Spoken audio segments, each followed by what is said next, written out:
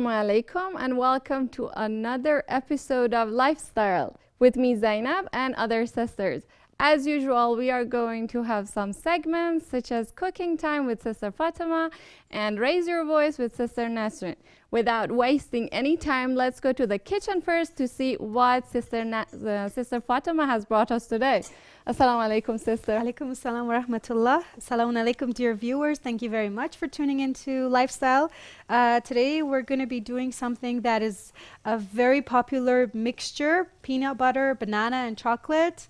We're going to try to make it as healthy as possible. And it's actually good for pregnant women, since this is the topic of our program today. Thank you so much. Thank you. And the next segment will be Raise Your Voice with Sister Nasrin. How's life treating you? Assalamu alaikum. Thank you for the introduction. And yes, I'm Sister Nasrin. We will be here again with Raise Your Voice with questions from our viewers and questions that are often asked or sometimes not wanting to be asked because of the controversiality of it or the sensitivity of the issue, especially a topic like today. Thank you so much.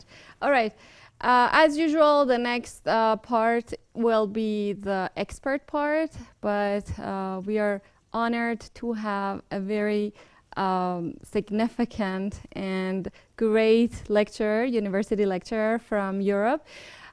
She has been here for a short trip to take part in an international conference entitled Islam in Europe. And we actually took part in that conference as well. I listened to her lecture. That was pretty amazing and impressive and informative. That was great. I really enjoyed it. We invited actually to be in our program, and she kindly accepted to be with us today. She's Dr. Razia as well. Of course, but she has been with us since last week in our country, and from the University of West Bohemia, the Czech Republic. We'll be really grateful if you join us with Dr. Veronika Sobotkova. And of course, the other guest that we have, and she has been with us for several episodes. You are familiar already with her, dear sister Razia Najafi, who's been a lecturer, and you know her already. So that would be a great pleasure to join me to welcome these two great guests today. Assalamu alaikum. Assalamu alaikum, sister. Assalamu alaikum. So, doctor, welcome to our country. Thank you. Thank you so much for being with us today. All right, thank you.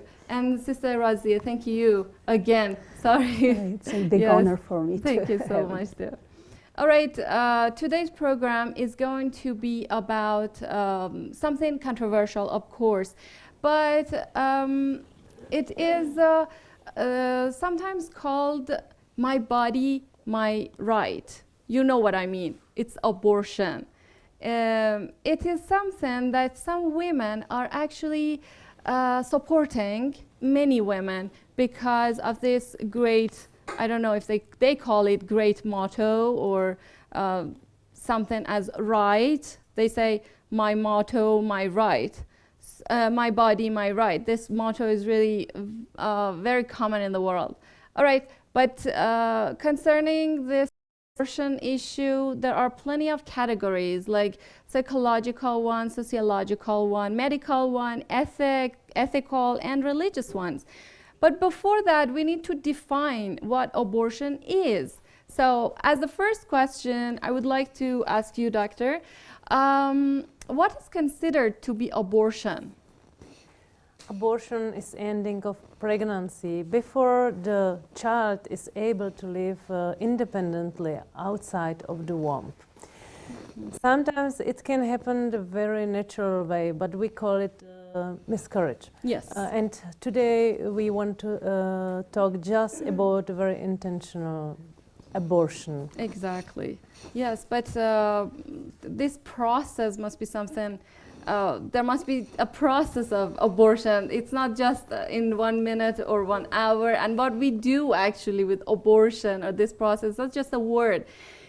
sometimes some people take it really lightly. They say it's abortion. It's not that important or a big issue. But what is the whole process of having abortion? Definitely, it's a very big procedure that has a huge and deep impact on females' body, mind, and soul, all in one. And there are many ways how to do it, how to do the abortion. In the early stage, they usually use some kind of drugs and remedies. It looks like a very easy way how to do the abortion, but in fact, just the remedy kills the fetus in the womb, and the other part of this remedy somehow make the uterus start moving to put the fetus outside of the body. So it's not like surgery, what I'm talking about, but the effect on the body is more or less same. It's we cannot say this is some healthier way how to do it.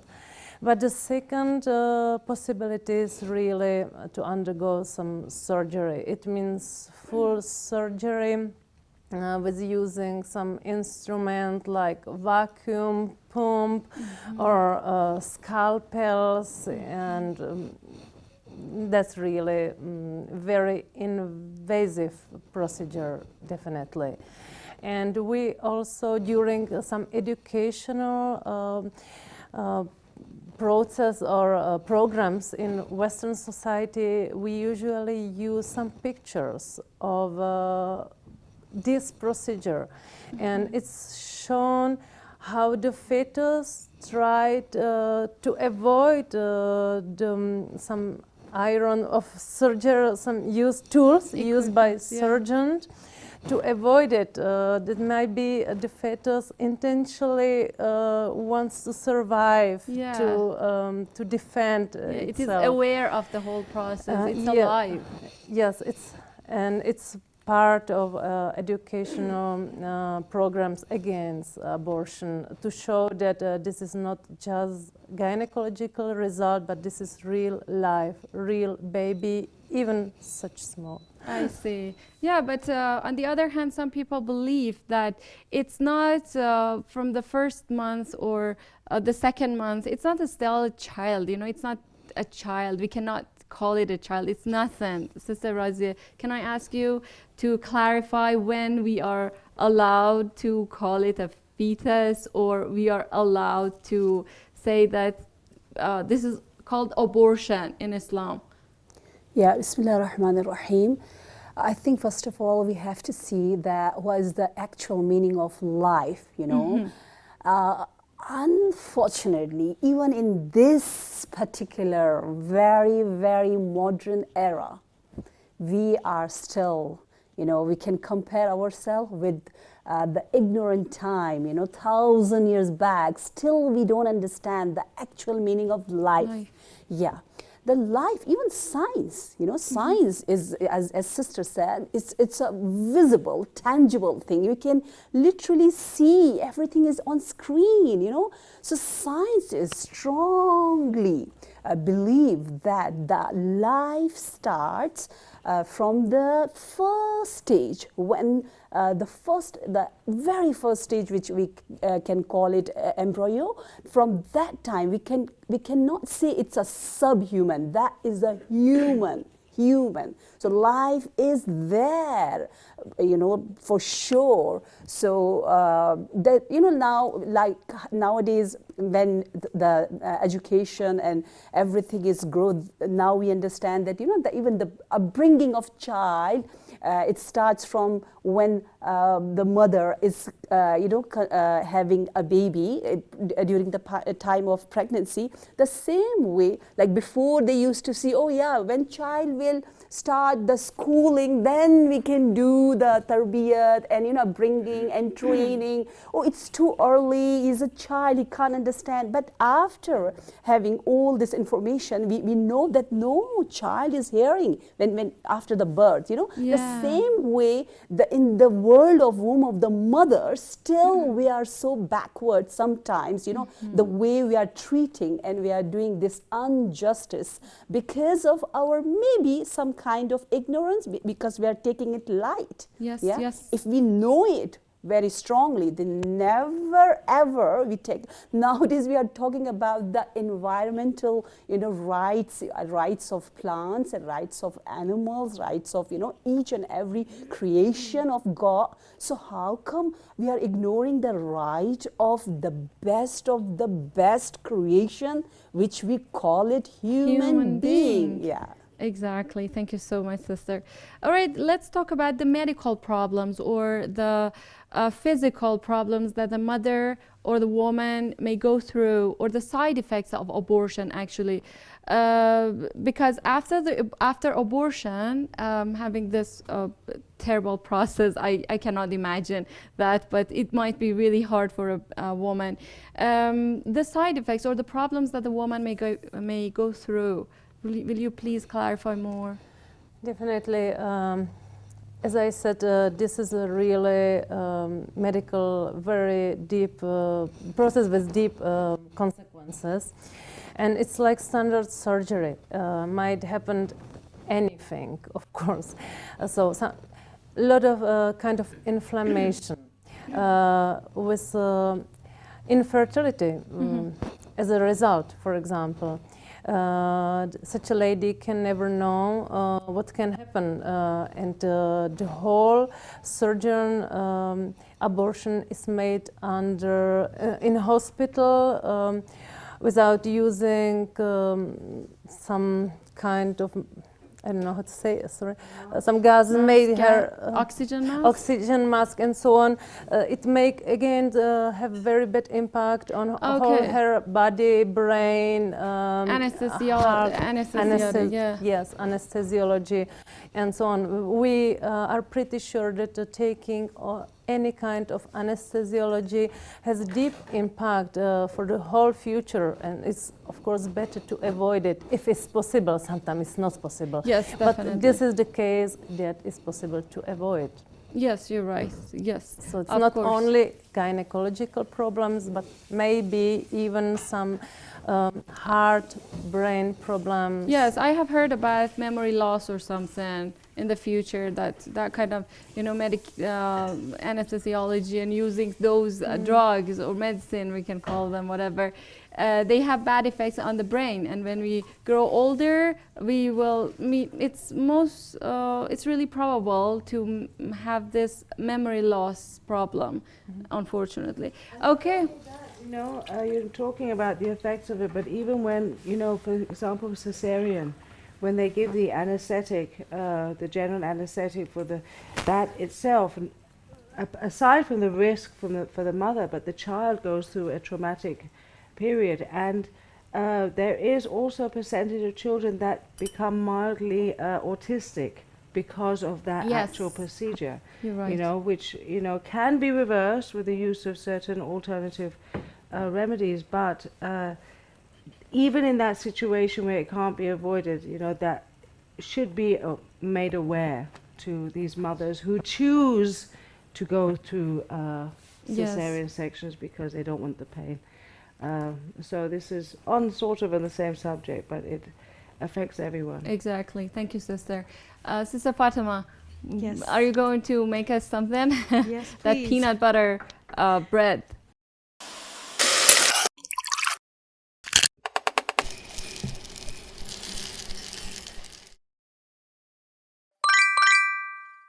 Yeah, but as it's our culture today, as it's our custom, I'm going to be doing an herbal drink as well. And I'm pretty sure most of the viewers haven't heard of this. We're going to be doing peach tea, and we're going to be doing natural peach. So these are dried peaches that we have, yeah. And there are so many different kinds of peaches in the world nowadays, you know, like 10 kinds of apples, 50 kinds of oranges, you know. So this kind of peach in Iran, it's known as huluye za'farani. So it's like saffron peach. And that's because of the color. You know, like some peaches are very pale, so that's the kind of peach that we are actually using. So I'm just using 4 pieces. They also have a really unusual peach over here that I haven't personally seen in other countries. Yeah. Which is sort of like that diagram of the, you know, the earth Exactly. vibration. Yeah. You know, that hole in the donut. Yeah. Yeah, it looks like a donut. Yeah, Right. it's really unusual, only in Iran. And my beloved saffron. I'm using a few threads. I didn't crush my saffron because when we're making herbal drinks, the saffron actually will give its color. If we give it some time to like steam and it's under heat, it will actually release its color. And 1 stick of cinnamon. And of course, our water. Bismillahirrahmanirrahim. So this is actually gonna stay and sit and get married with the rest of the flavors, like I always say. Okay, so let's put this aside. So you put the threads in this time? Yeah, even last Is time I there- put the threads. Like I said, when we're making tea, it's always better to use it crushed. But when we're making tea, it will have enough time to Okay. sort of give out its color and flavor and Get everything. married. And putting aside all of the benefits of saffron. Now, talking about pregnancy and abortion and all of Yeah. that, I just wanted to add some information about saffron. And I wanted to say that actually, saffron is not really good to be used in the early stages of pregnancy because it's known actually a lot of saffron, okay? I'm not talking about a few threads like for in 1 cup every day, but if you drink like heavy amount of saffron, it will actually help I mean, if abortion. you're really rich. How much Yes, do it we is drink? really Yeah, of it's like expensive. that. Saffron Okay, is now- very expensive. Actually, like I said, saffron a little bit goes a long way, right? So, all right, so today we're going to be doing the peanut butter banana bread. And I'm going to start with doing the ganache. I have 200 milliliters of heavy cream. Okay, like I said, the heavy cream we have in Iran is a little different. The ones you get over there in The rest of the yeah, world. in the rest of the world is No, quite it's not runny. everywhere. I've Really? been to some countries, yeah, and And the they have, heavy like- cream was different. Uh-huh. What does Just that different. mean? Like I've this? always seen like runny, like heavy cream is runny. But because we are lucky Different to have like places, yeah. fresh cream from the dairy shops, so we get it like this. So So About wherever they ganache. have cows, real cows, they'll have this heavy cream. they no, this has to be No? made through a Iranian process. So cows. you no, it has to be made through a process. So Okay. not everyone who has cow, who has milk, will have this kind of cream. All right, about ganache, I wanted to add that the consistency of ganache depends on the ratio of cream and chocolate that you use. Okay, so if you want a really runny or liquidy ganache, you're going to use more cream and less chocolate. If you want a sort of like a thicker ganache, you're going to use more chocolate and less cream. Now today I want something that is medium. I want something that will not flow but is not also very thick. So I'm using equal amounts of cream and chocolate. I'm using dark chocolate here. You have to be sort of careful about the percentage of cocoa in the chocolate that you're using. Like if you use 97% cocoa chocolate, it's going to be really bitter. It's okay if you like it like that. I'm just saying that you have to like sort of know what choice you're making when it comes to food, because it's no joke. And I like to add to my ganache a little bit of instant coffee powder, because I think that coffee always brings out the flavor of chocolate much more. It's not going to have a coffee flavor, but it will bring out the chocolate flavor more. You can go ahead and add like 1 shot of espresso if you like. I didn't have that now, so that's what I'm going to be using. About the ingredients, like always, we try to make it actually really healthy. I've doubled my recipe, okay? So if you look here and you say like, wow, that doesn't look like that much, it's because I've actually doubled it. So we have 1 cup of flour, and because we want to make it healthy, I've added about 2 tablespoons of bran to this. So I'm going to actually start by mixing my dry ingredients. 2 tablespoons of bran, I have 1 teaspoon of malt powder and 2 teaspoons of wheat germ, again, to give it like a more nutritious kick. And then these are actually and salt. 1/4 of a teaspoon of salt. But like I said last time, we use sea salt here, okay? And sea salt is generally more salty, so you have to be careful about, like, you sort of have to get the hang of the kind of salt that you're using. Don't really listen to what the recipes tell you. And 1/2 teaspoon of baking soda. Yes, you can replace it with a double amount of baking powder if you want to make it healthier, but this is just a little bit, and I'm not gonna sort of like break the recipe. So there we have this. We're going to give it a quick whisk, and then I'm going to start by peeling and mashing my bananas. We have 3 bananas, which I'm going to double here, and I'm going to use 6 bananas. And like you all know, bananas are really, really healthy. They're actually an option when you want to have a quick breakfast. When you don't have time, you just pick up a banana and go. And I was reading about hadiths about bananas, and I read that Imam Rida alayhi salam, once one of his companions goes to visit him and he sees that he is serving a banana to his son. So bananas are really healthy in terms of all of the nutritional values that they have, but also peanut butter. What I read that was really interesting about peanut butter was that it increases the flow of milk. So it's actually good for mothers who have given birth. Of course, peanut butter is an item that may cause allergic reaction. So if you know you're allergic to peanut butter, unfortunately, you will have to stay away from this recipe. So I'm just going to start by chopping my chocolate, and you guys go ahead, and then we'll join you back Thank again. you so much, sister. I have something actually I wanted to say about apples, since it's going in the tea, and saffron too. The apples first, leave the best to last. The apples are good for, amongst many things that we know that Imam Ali says, and that, you know, an apple a day keeps the doctor away, that they are good for fevers, because often when we have fever, we think, oh, what was it? What was good for fever? And we can't actually remember that time apart from ginger. Ginger detoxifies. But in particular, apples is said to be good for the brain and the liver, and for fevers, that's something that is so simple to go to, you know. So if you don't know what to do, often we don't at that time, apart from lemon and honey. So the apples. And so, as we said, the best for last, the saffron. We have 2 hadiths from Imam Ali, actually, and from Imam Jafar Sadiq that says, if you have saffron in hot water, like a tea with honey, then your memory will become so powerful that people will think you are a magician. That was from Imam Ali. And from Imam Jafar Sadiq, he said, I am fearful, I'm afraid to tell you this hadith, that if you do it, your mind, your progress, your thinking will go through not the roof, the sky. And actually they have tested it in schools here in Iran, actually, and they were amazed at the results. So there you are, for your mind, for your children's studies, for spirituality also, because that is related. Once you go to the height of the physical, then it's spiritual. So that is for saffron, and it doesn't take much. You know, you don't have to drink a whole glass. It's the power of the saffron more than the amount of water. So there you are. Thank you so much, dear sister.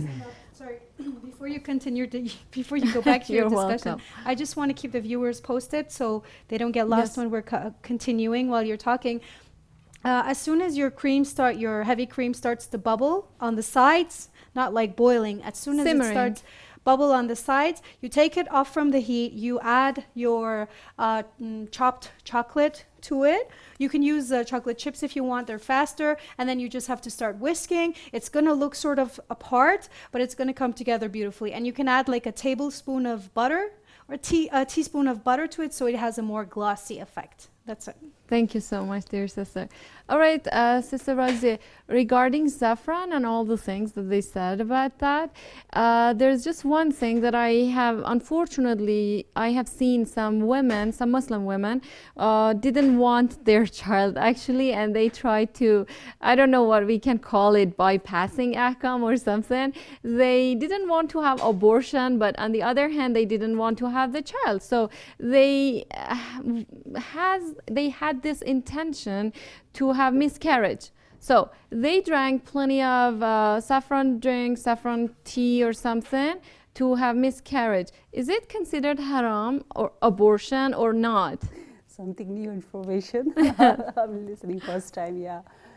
Definitely, if they know, they believe on it, that saffron has this kind of effects on fetus and on baby, so then it's not allowed at all, because you are doing that with that intention. Innamal a'malu binniyat. You know, yes. our actions definitely depends on our intentions. Yeah. You're What right. about, this adds some more interesting dimensions to this question. What about if they don't know yet that they're pregnant, Oh yeah, then. but I they yeah. think maybe? Is it considered like the morning after pill? Is it still not an abortion, because they're still leaving it up to Allah? That even with that, said, okay, if Allah wants it, then nothing can destroy it, you know? Yeah. And then if it goes, you say, okay, maybe it was weak. So, you know, there's a gray area here, no? Yeah, definitely. But again, you know, niyat and intention. And sometimes we can take benefit of doubts in ahkam and rulings, you know, like we say, yeah, this is the Exactly. benefit of doubt, yeah. Yeah, exactly. And I Thank think you. also a level of faith. Yeah. It's yeah. to which something becomes haram and not. Of course, Yeah. of course. Yes, doctor, you wanted to add something? Yes, if they don't know if they are pregnant or not, they should be cautious, like, yes, I should act like maybe I am pregnant, so avoid such possible taking such things that might cause miscarriage. Yeah, Yes, precaution okay. is- Yeah. Ikhtiyar. We call it Definitely, yeah. ihtiyat. Yes, Yeah. exactly. You're Yeah. right. Definitely. All right. Let's go to the other aspect of this abortion issue. Physical problems, physical pains or things can be seen easily, can be diagnosed easily. But there's also another aspect, which is a psychological one. What about that part of problem? All right, because some of them, some of the problems can be manifested and developed in the future. Right now, they are hidden, maybe latent. All right, and in the future, we will see that these ladies, women, have some problems, some psychological one, not just physical one. Yes, doctor. Definitely, they have problems. But is that before, I can say, let me ask my question like this. Some people believe that this starts from the moment that she is struggling actually with this decision to make her mind to have abortion, or sometimes they believe that it is after that, right? I want to point out that in Western society, they usually very emphasize just the physical problems and consequences. And they never talk about this emotional, psyche, spiritual consequences and bad impacts on ladies. So they usually don't think about it at all. They usually think might be there is a danger that in the future I'd like to have a baby, and then it would be not then it's not possible. They are afraid about infertility, possible infertility, but they definitely don't think about some psychological problems, and that's pretty bad. And maybe we should take much more care about these problems. They are not so visual, and the problem is that maybe they are much deeper and it's not easy to treat them. I see. And they are maybe forever and might be much more important than the physical I see. consequences and physical problems. Does it make a person stone-hearted, you think, sister? Zainab, Yes. there is also a situation where women who have had abortion, and what happens is, this is on forums, and this is what I've also experienced personally from sisters who have been through that, who've shared it with me, that every year at that time they remember this would have been the birthday. Oh, It's like I they've lost a see. child and they Oh my God. never emotionally get over it. So there They is this cannot inner forgive guilt. No, they themselves. can't forgive themselves, and sometimes they do it without the husband, or Western cultures without the boyfriends, or notice or something, and that it eats away at them, and they can never really forgive themselves for it. So it has very deep emotional as well as psychological, effects on these women. yes, you're right. Yeah. And some people believe that these ladies are going to be stone-hearted. Like, how can you kill your own child? Because they look at it in this way. So the woman who has done abortion for the first time, he has dared do such a thing. But it So- might make them softer. No, I'm yes, not saying on the it's a other, good, exactly. but I'm saying that on the other hand, yeah, she might be really. It might be very touchy issue, yeah. and they might be regretful for regretful, what that's, exactly. And on the other hand, always crying. Or I have seen someone who Yeah. had even done that. statistics shows that the rate of suicide after torrent. the abortion, the mothers, they do 5 times more than the Wow. general and ordinary people. So it's such a big damage to Yeah. the society and Exactly. mankind, because by damaging herself, mother as a mother, mentally, emotionally, she somehow, we believe that the kill, the way we murder, we have some physical kind of murder which we do, and some is emotional or spiritual or inner. So in again training of children, we usually do in our workshop, in our training, that we say, don't kill, don't murder your child's abilities and talents and soul and the spirit and the Exactly. actual human being, because we are made of body and soul. I don't know why we always forget the soul and the spirit, which is forever.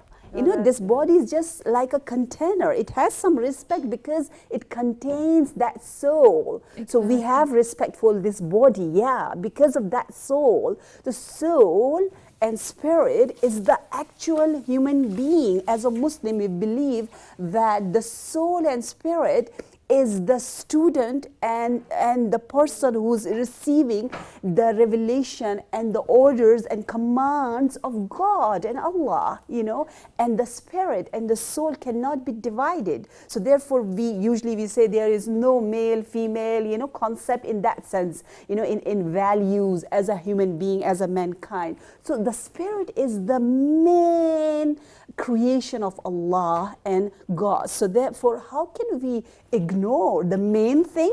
And I remember when I was very young, my teacher told me this very nice, very easy story that it was, I think, the time of one of the Aimma, that a man came with his horse, with the ride, and Imam or Ma'soom, he said Salamun Alaikum, he was greeting to that person, and then second time he greet to the again, and he said, I'm all alone, but Imam said, no, you have come with that ride, that horse. So, but the horse is there. The horse has also some rights, definitely, because this is the thing which has brought you.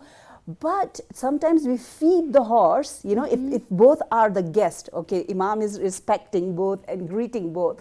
But if we just feed the horse, yeah, everything, but not the main guest, so how much we are insulting to the, you know, main, our, whatever Soul, we can say, the soul, soul, yeah. oh, So, as so the he main was giving guest. me this kind of example that, yeah, don't forget your soul at all, you know. So over here also, we, you know, the mother somehow by killing and abortioning, she's abortioning herself, you know. Yeah. It's a big, big damage which she's giving forever. You know, it's Exactly, not yeah. for limit, forever, for whole life, for You know, rest of the life. So, and then sometimes if she can't bear it, then she will kill herself too. The statistic The says. statistics yeah. shows, Yeah. yes, exactly. You know, this is really, really important what you mentioned, because it reminds us that there's many levels of becoming alive, Exactly. and there is many yeah. levels of dying. So definitely she has killed, we don't know how many levels, by killing that course. part of herself, No which doubt, is probably yeah. the soul. I No don't know. doubt, yeah, yeah.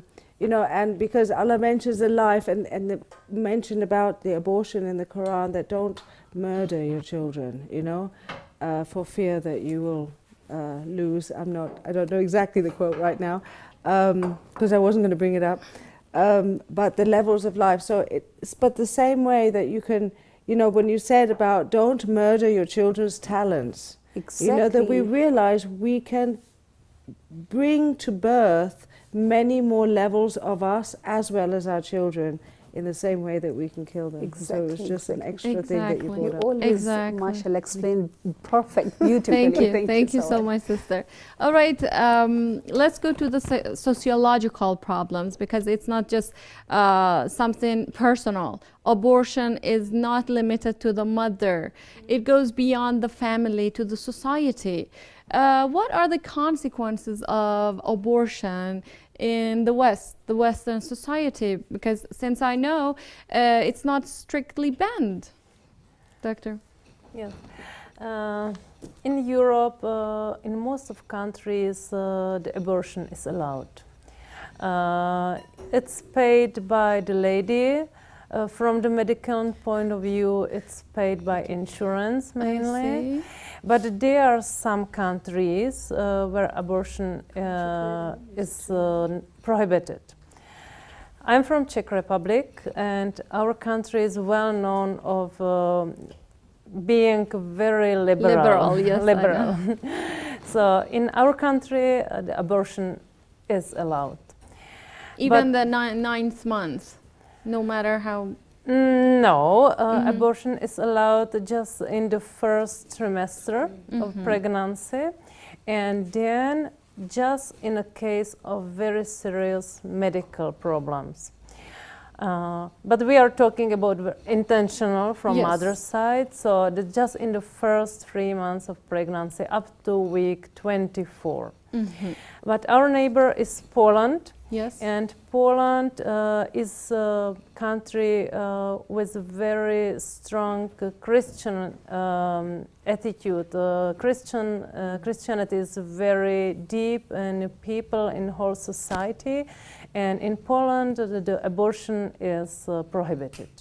I see. Thanks God, yeah. Thanks And- God. and Thank we know- God. Thank we know God. that I actually all want divine Good news. religions are, you know, like basically same from Allah, from Yes, God. yes, Yeah. yes, you're right. I think the main difference here is not East and West, but civil society and religious society. Yes, you're right. Definitely. Because if we compare Islamic point of view and Christian point of view, I think concerning this issue, we might have the same result. That kid is a gift. Yeah. Yes. It's a hebe from Yeah, Islamic yeah. point of view, and it has the same reason and right to live as Exactly. any other person. So it's the same. So that's why in Poland the abortion are prohibited. Yes, but before the program, actually, we were talking with each other, and she told us a story. It's not a story; it's a real story, actually, about the ship, abortion ship. Abortion ship. Just first, it's necessary to point out that even in Western society and even non-religious person, ladies, for them abortion is solution, the last solution. And they are definitely not proud of doing that. Still, they feel that guilt. Yes, they They feel know this immoral, they not moral. definitely feel That is- guilty. Maybe some very low educated levels, not, but most of them they Still, really yeah. feel very guilty for all of their life. But sometimes they have no other option, and I think that for them, abortion. They think or they realize it as the best option for them and maybe for the rest of a family, and it's definitely not solution number one, but they are really desperate. But sometimes they see it as the only possible option. And so they are definitely not making it for fun Exactly. or one wants, yeah. because they did some bad things or whatever. And the situation in Poland is that the ladies, because of the ban of abortion, they usually go to some other neighbor countries, for example, to our Czech Republic, and they undergo the abortion in our country. They pay for it, but it's not a very big amount of money, so they can really afford it.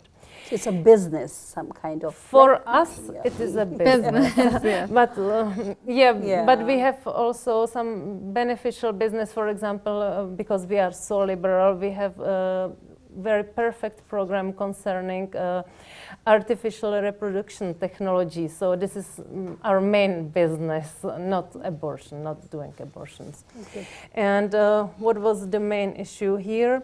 There was a ship, so-called abortion ship, that went to the sea coast of Poland, and some of desperate Poland women went to this ship because the Poland rules and laws were not valid on this ship, and they underwent the abortion on the ship. So interesting somehow, That's very but nice. very sad, yeah. But maybe we can feel their situation. yeah. That was not easy because, as I said, the society in Poland is very religious, and a lot of protests and riots against such behavior was done. Maybe the ladies were some captured there. It was not easy situation for them, and this ship was expelled immediately, and the situation was finished I see. very soon What by is the government. reason? What is the reason of abortion in the Western society? The most, if we can say that, mostly women go under abortion because of this and that. What would be the most important one? There are many reasons, and maybe they differ country to country, country by country. I might talk mostly from point of view from Czech Republic, and the main reason is economical reason that ladies sometimes are alone, without husband, or man. In case of some problems, he escapes usually because he doesn't want to be responsible to pay for the family and so on. That's the risk of having intercourse before the marriage. Exactly. But might be such a man can start divorce and escape anyway, so who knows. So maybe economical problems of the ladies because they are alone and without any incomes, and they really cannot afford having a child. It's a big responsibility too, full-time job, you know, Yes. having a baby, yeah. Definitely. So they can't afford it, yeah.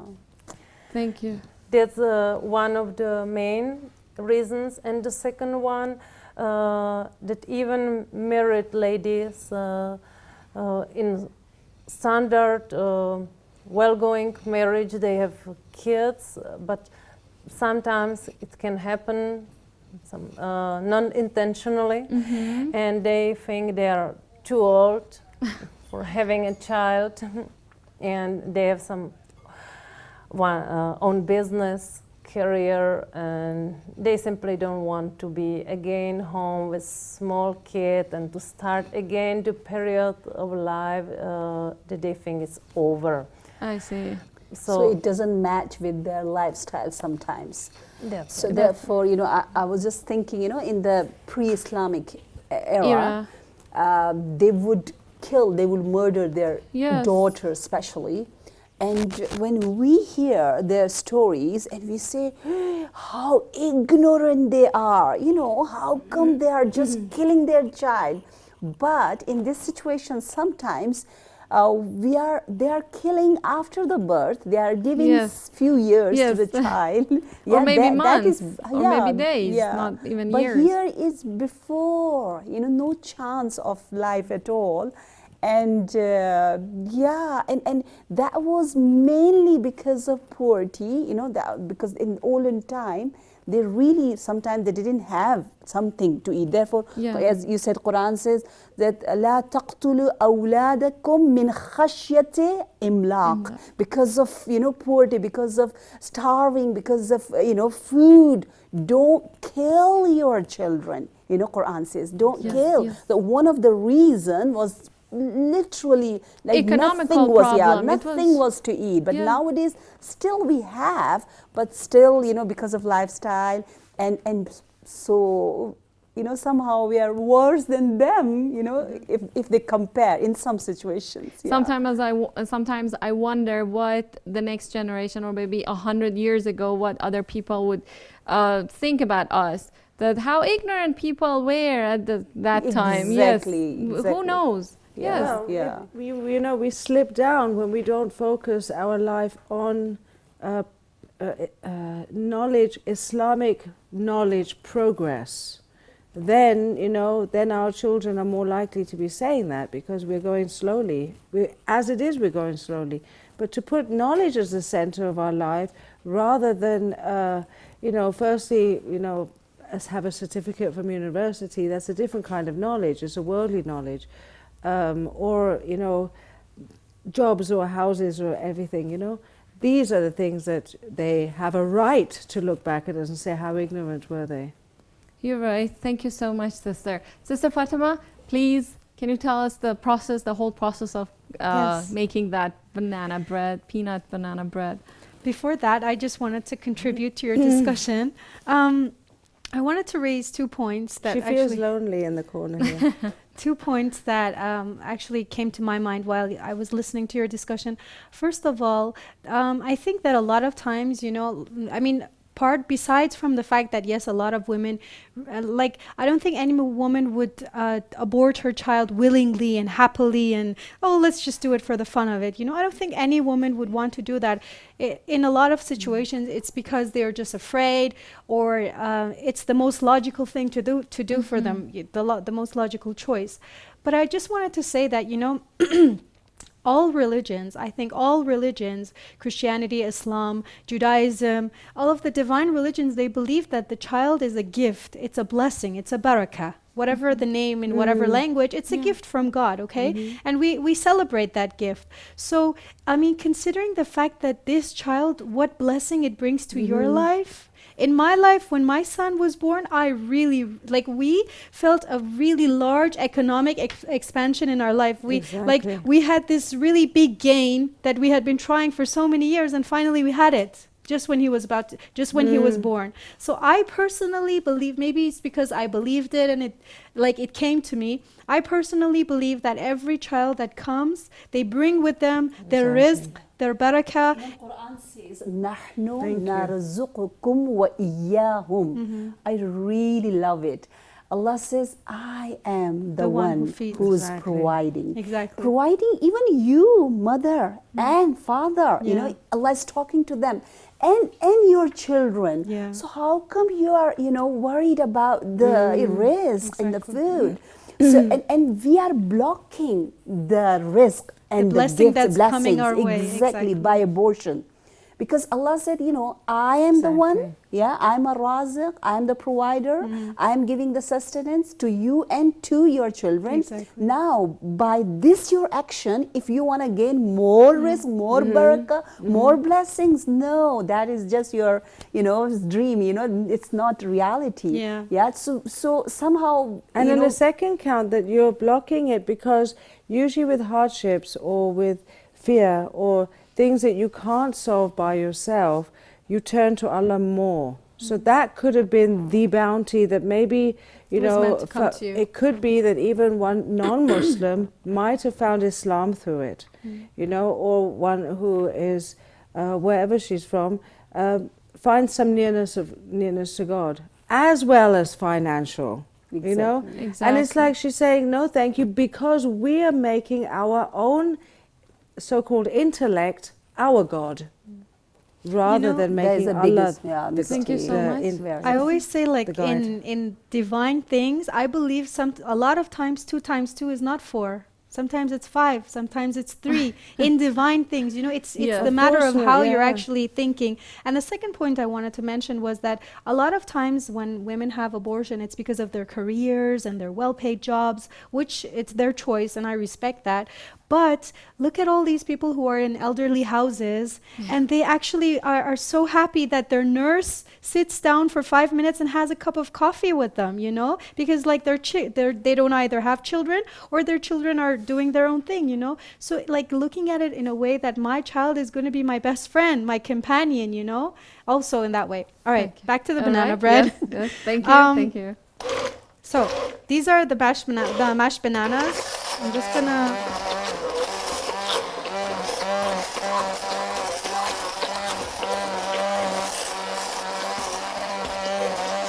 Okay, and whatever recipe that you're using that calls for bananas, make sure that you use really, really ripe bananas. You don't want to use those really firm yellow ones. If you don't have ripe bananas, you can actually pop them in the microwave for about 30 seconds and then they will actually soften up. So I've mashed my bananas. You can do that with a fork.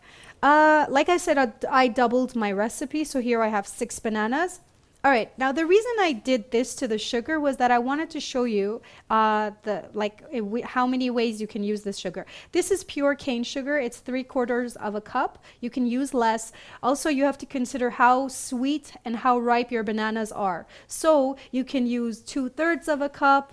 I think that would be as low as I would go. I wouldn't recommend half a cup. That would be too little. So 3/4 of a cup of pure cane sugar, which is the healthiest way. That's what we're using. If you don't have that, this is white sugar. I didn't want it, since I doubled the recipe, I didn't want to double the amount of sugar. So this is actually about half a cup of sugar that I have here. And I'm going to put that inside here. And remember I told you last time that if you don't have brown sugar, you can replace it with white sugar and molasses. So this is grape syrup. Okay, so I'm going to add my grape syrup to this sugar to make actually the 3/4 cups of the brown sugar that we want. So what brown sugar does is that it sort of gives the chewy element to our item or what we're baking, and it has this caramelly, like sort of cooked, roasted aftertaste. And this molasses or grape syrup or date syrup, that's actually gonna do that. We have 2 eggs. Actually, like I said, I've doubled the recipe, so 1 egg. I'm gonna add that. I know I'm using a masher, but I just didn't want to dirty another dish and use a whisk. You don't have to actually use the masher here. You can whisk it by hand, of course, that's what I mean. So I'm just gonna go ahead and mash these for now.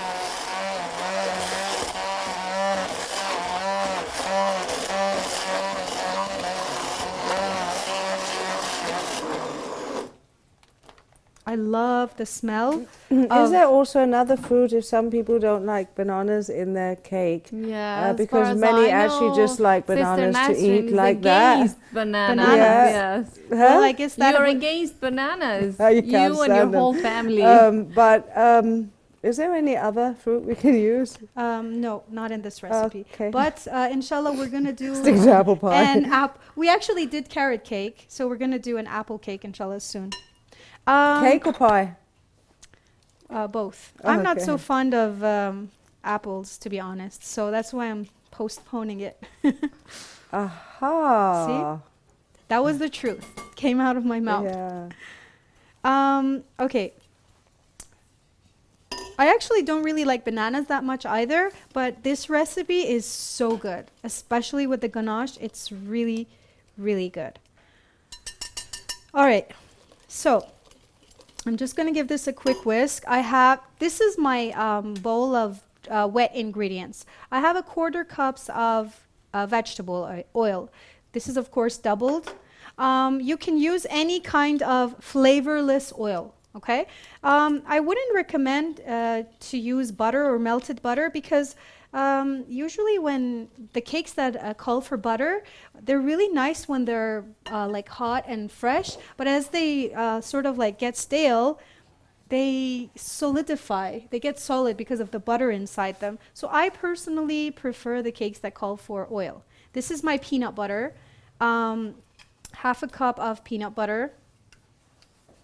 Sometimes in some countries I have seen some peanut butters, something very common and definitely inexpensive. Yeah. Yeah. But yes, and that is why many people use peanut butter recipes, or Yeah. they make something. But Very I cheap think in the West. here it is not very.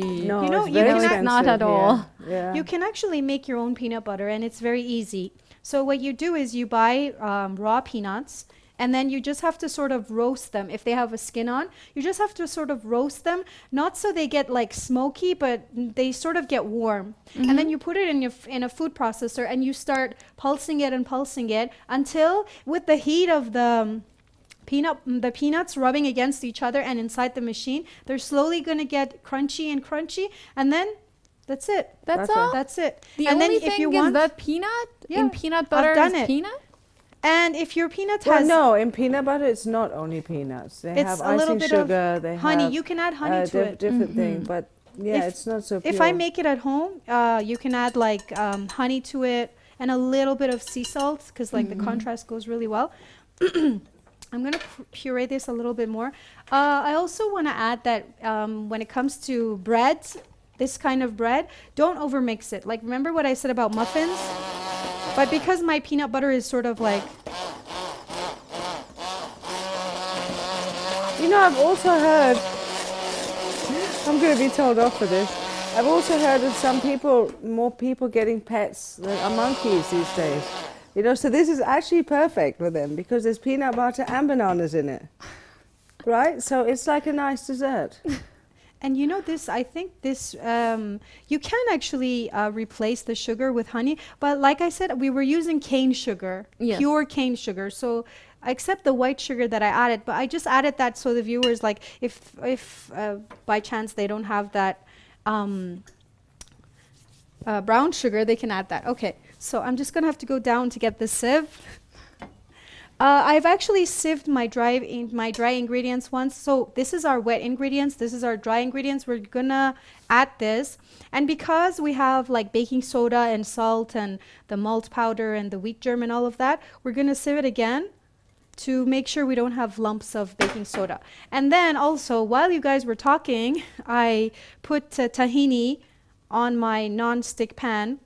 And So like I'm using That's that as all. my non-stick element. yeah. You can use parchment paper, but I use this. All right. After that, you're going to Yeah, you whisk guys, it. yeah, I Just- think I'm done here. you're done. I'm just gonna mix this only until it's combined. Do not overmix this. We don't want something really, we don't want a rough bread. And then it's gonna go inside the preheated oven, 175 degrees. I've doubled my recipe, so you're going to use a 9 by 5 inch with the recipe that I've written here. If you've doubled the recipe like me, I'm using a bigger pan here, so it's actually going to take more time and a bigger pan. That's it. Thank you so much, You're welcome. sister.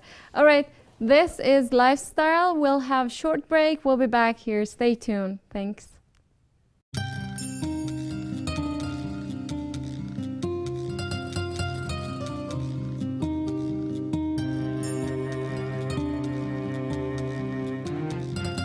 Whenever you are shopping for food, always check the ingredients of what you are about to purchase. The following ingredients are haram and forbidden to eat or drink, and you should not buy or eat any product that contains them, even if it is a very small amount. Number 1. Pork and anything that has ingredients from pigs in it are forbidden to eat or drink. 2. Alcohol and anything that has alcohol in it, like beer, wine, and even some medicines and mouthwash may also appear in ingredients as rum, for example in cakes. It is obligatory for a Muslim to leave a gathering where alcohol is being served, and it is forbidden to sit at the same table where there is any kind of alcohol, such as beer and wine. 3. Pepsin, extracted from pigs, usually found in cheese and cheese products. Another common ingredient is gelatin, usually found in marshmallows, candy, and jelly. Lard is another example, usually found in cookies and bakery products such as muffins, donuts, and croissants. Apart from these ingredients, one must make sure that the meat they are eating has been slaughtered Islamically and is from an edible animal. Also, if it is a fish, one must make sure that the fish is permissible to eat.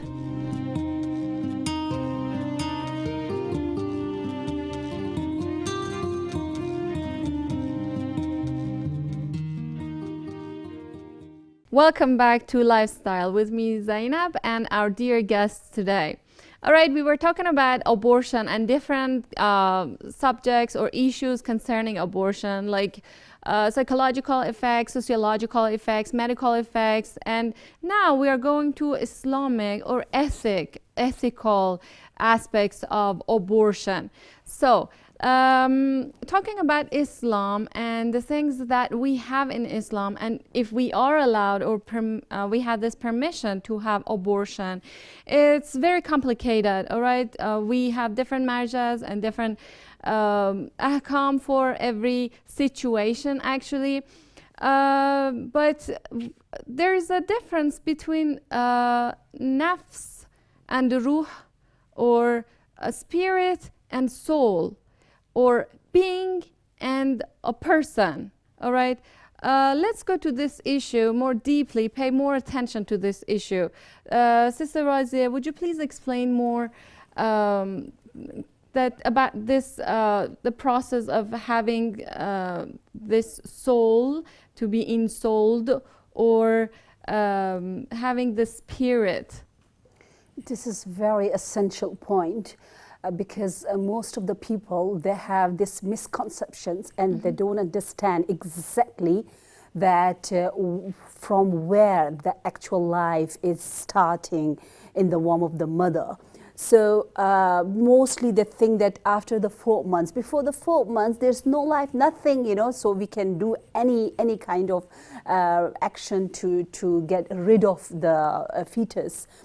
But even as we have discussed before in the beginning of our show, that even science has shown that the life means that spirit is there still, you know, the life, not the soul, but the life is there, and the moment the development starts from the very first stage, when the when we can say the fertilization starts, you know, Yes, from the yes. sperm time.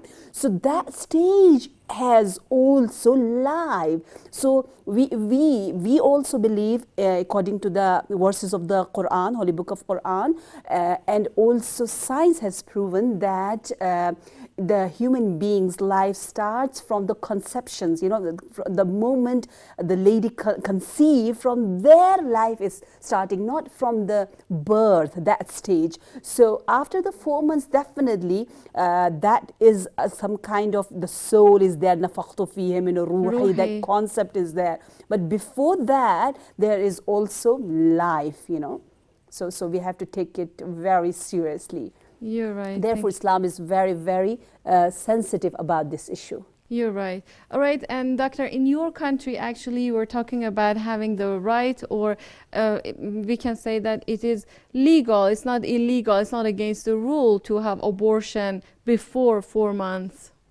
Yeah, it's legal. So completely legal. So what about, because you mentioned something about after that, and the women are allowed or not, and why they are not allowed? Yeah, after a 4th month, the abortion is allowed just in very serious medical cases, but it's just because of health and life of the lady, of the mother, not because of a kid. The kid. So it has no personality, nothing. The kid is no rights, nothing. Yeah. So oppressed. Yeah, very.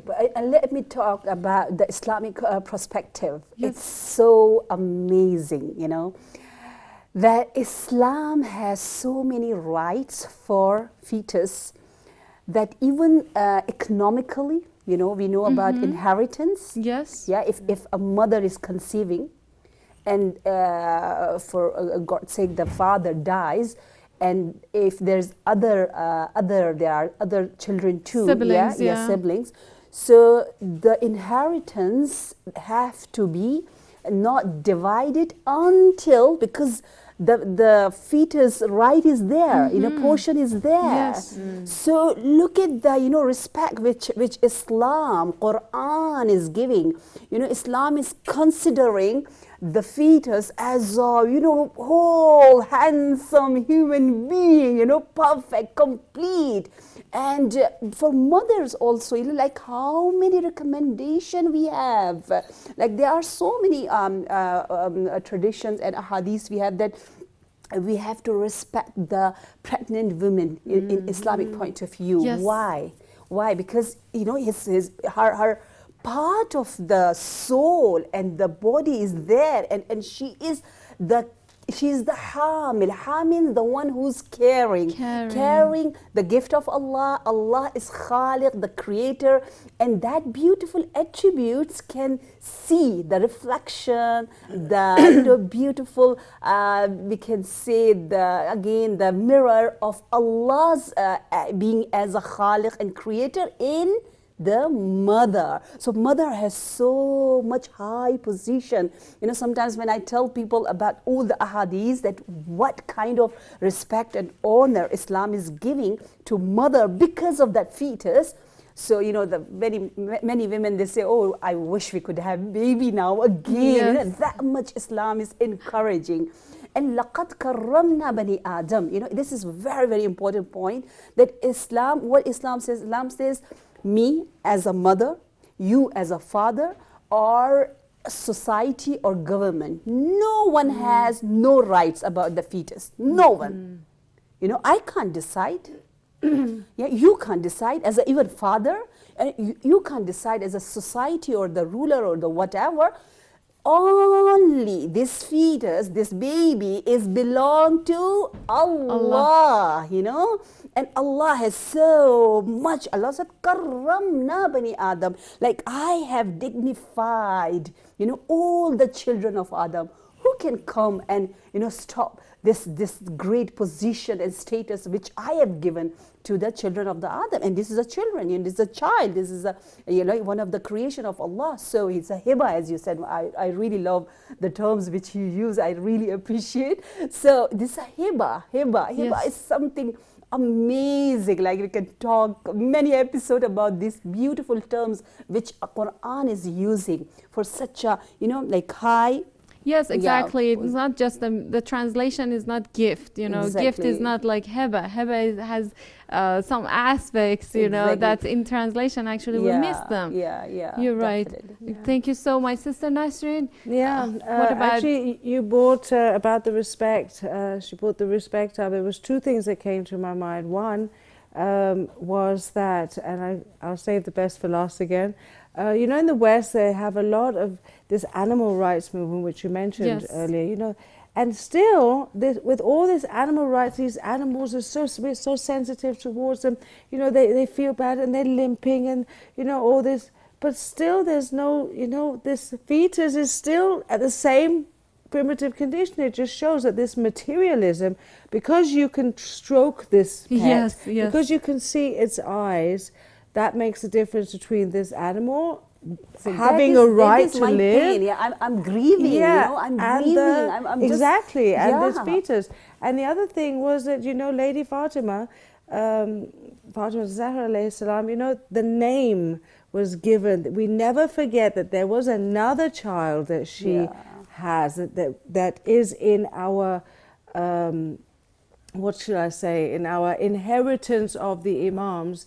That was Mohsin, Mohsin, you know, and he was in utero, but still he died. It was considered this death, you know, the murder. The murder was not done to her, the murder was done to both, you know. So to show the proof of, in reality, that unfortunately we had to have a proof, that the respect was given even with the name we remember. And this is such a, you know, a loss, because we don't know what leadership that Mohsen was supposed to give.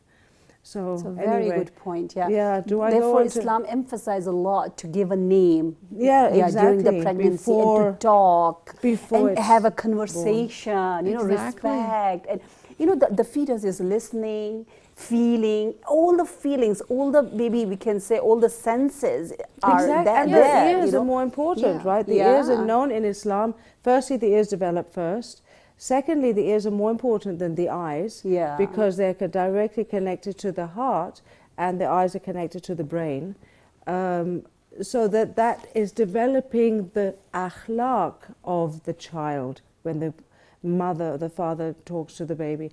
I don't know if I'm supposed to go Yes, on to please, ahkam go straight to away. ahkam, please, yes. But are there any situations at all in Islam? And I'll mention two examples right now. Situation of a rape and a situation where the mother could possibly die. So that's the mother's dire health and, you know, the rape, because, you know, for obvious reasons, that the mother doesn't want to be, one, reminded of that experience and the person, and to bring another soul that came from that man had into done this world. that. What does Islam say, what does Allah say about these situations? And the third one is there any time that it is possibly not considered actual abortion? Is there any difference between an abortion and a different act as far as Islam is concerned? Now we're going to find out what the answers are to these really important questions.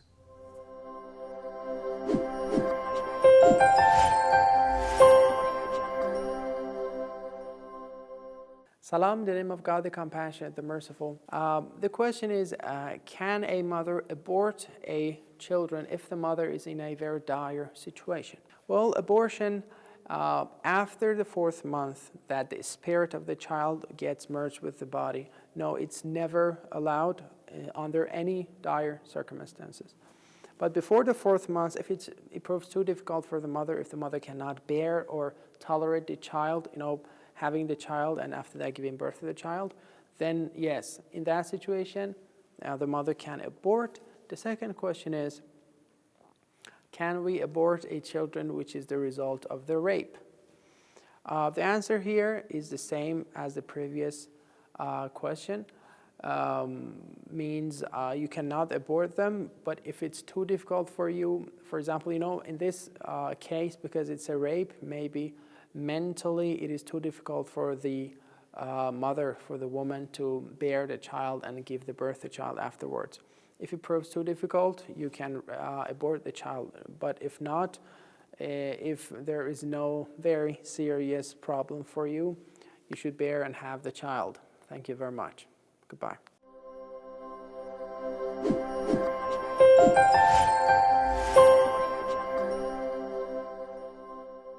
It's Lifestyle. Thanks for being with us. All right, we are actually running out of time little by little, but one question is left, which is going to be asked for Veronica, Sister Veronica. Doctor, would you please tell us what was the most interesting thing that you understood or you came across regarding abortion or life or in Islam? I can say generally in Islam. What have you found the most interesting thing? Maybe the most important and interesting thing for me was the comparison between our attitude and Islamic attitude towards abortion, of course, because it's so different. Maybe it is quite obvious from our discussion here that in the West we saw put emphasis on some physical point of view and on some physical harm, and we don't think a lot about some ethical point of views or some philosophical point of view. Kids are not taught at school about philosophy, about importance of a human being. And here in COM, I got very interesting lectures from philosophy, and we talked about human being from the view of Islam. And I was so surprised and shocked out mainly, and like a positive way, how Islam talks about human being, how important and how different this creature is comparing to all other creatures on this world.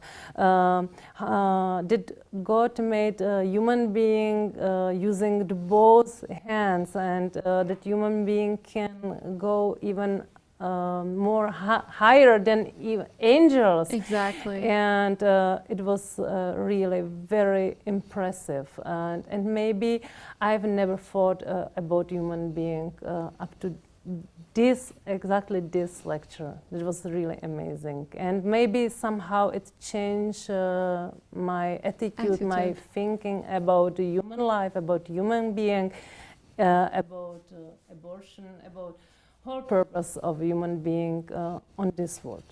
Thank you so much, Doctor. That was a pleasure to have you with us today. Thank you. And Sister Razia, will you please summarize and conclude? Yeah, I was just inspired by her conclusion, mashallah. It was great. And we know that as a human being, we call ourselves as a Muslim that we are Khalifatullah, the representative of Allah in this planet. We are Ruhullah, we are the Spirit of Allah. Look at the, the connection. It's so amazing. And we are Ayatullah, we are the sign of Allah. We are Khalq and Ayalullah. We are from the creature, like the best of the best, Ashraf. Yeah, Ashraf, we are the Ashraf, we are the most, and that is the amazing thing. The moment you feel you are reflecting and manifesting Allah's attributes, that is your job in this planet, that's it. Then automatically you will give that respect to the fetus too. And just last point, Islam not only gives rights to one or two things. Islam so much sensitive and stress a lot. Number one, about religion, our ideology. Number one, that is so important. Number two is our life, definitely, that has so many rights. And number three is our intellect, like whatever harms our aql, our conscience, that is forbidden in Islam, because Islam gives so much importance Yes. for that, and because aql is like an inner messenger, that is a light, that is the nur, and the fourth one is the generation, that it comes in the fetus one, because by abortion somehow we are cutting maybe forever. Because the chances of having maybe next, child, maybe I'm losing it because of many problems. So Islam is considering about nasl, about generation, about the chain, and that is so amazing gift and blessing which we can have it. Like if we go from this world, we have our legion, and they will continue, and we will get all the gifts from them. But this is so much important. And the last thing is wealth. So we don't say life is time is money. No, not only money. Money is money, definitely, but not career. No, life is, as I said, we have to reflect the beautiful attributes of Allah. That is human being, and that is the respect of that fetus and baby in the womb of the mother. Thank you so much, sister. Most welcome. And actually, we have prepared, not just me, on behalf of the whole program and the crew behind the scene, actually, a small gift as a token or souvenir from our program that I'm going to ask Sister Razia to give it to Sister Veronica, Dr. Veronica. Yes, will you please show that? It's a handicraft. Yeah, it's a beautiful memory of to the camera, Iran, please. yeah? Yes. Yeah. And I'm honored to Yes. give this Thank you gift. so much, sister. Thank you very much. You're most welcome. Yes, thank you. Thanks you for very being much. with us. It was great pleasure to have you actually in our program. I know how busy you are, and actually she's leaving our country in a few days, like 1 or 2 days later. She will leave us, and I hope that she will come back as soon as possible, inshallah. Inshallah. Inshallah. Okay, I can smell something from the kitchen. All right, yes. Sister Fatima, Yes, of course. is our cake ready? We're so hungry. Let's have a look.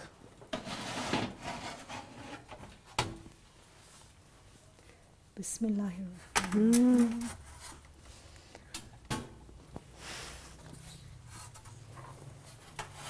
They're gloves, but I don't know why I don't wear them. I'm gonna come over That there. is what I do. I don't usually I'm gonna wear go gloves. this way. Okay. So, how is it? usually, sorry.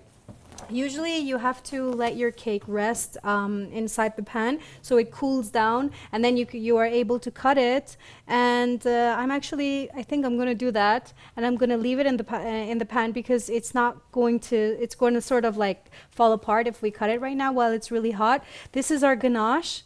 As you see, it's not so Firm? yeah, it's not so firm and it's not so hot. And this is cream that we melted. We added our chopped chocolate and a little bit of instant coffee mix. So we're going to drizzle that on this bread.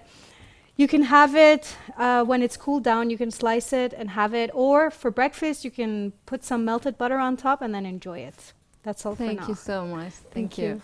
So let me join you to say goodbye to end the program again.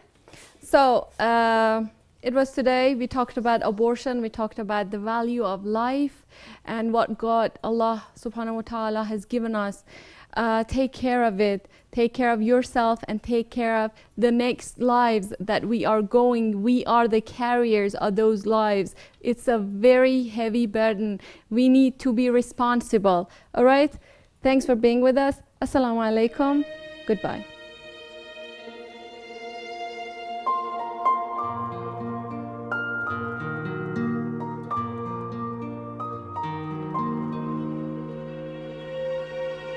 O God, bless Muhammad and his household, and attend to me with thy best attending in my neighbors and friends who recognize our right and war against our enemies. Give my neighbors and friends success in performing thy prescriptions and taking in the beauties of thy courtesy through acting gently with their weak, remedying their lacks, visiting their sick, guiding their seeker of right guidance, giving good counsel to the seeker of advice, attending to the one among them who returns from travel, hiding their secrets, covering over their shameful things, helping the wronged, sharing kindly with them in goods, turning toward them with wealth and bestowal of bounty, and giving what is due to them before they ask. Let me, O God, repay their evildoer with good doing. Turn away from their wrongdoer with forbearance. Have a good opinion of every one of them. Attend to all of them with devotion. Lower my eyes before them in continence. Make mild my side toward them in humility. Be tender toward the afflicted among them in mercy. Make them happy in absence through affection. Love that they continue to receive favor through goodwill. Grant them what I grant my next of kin, and observe for them what I observe for my special friends. O God, bless Muhammad and his household. Provide me the like of that from them. Appoint for me the fullest share of what is with them. Increase them in insight toward my right and knowledge of my excellence, so that they will be fortunate through me and I fortunate through them. Amen, Lord of the worlds.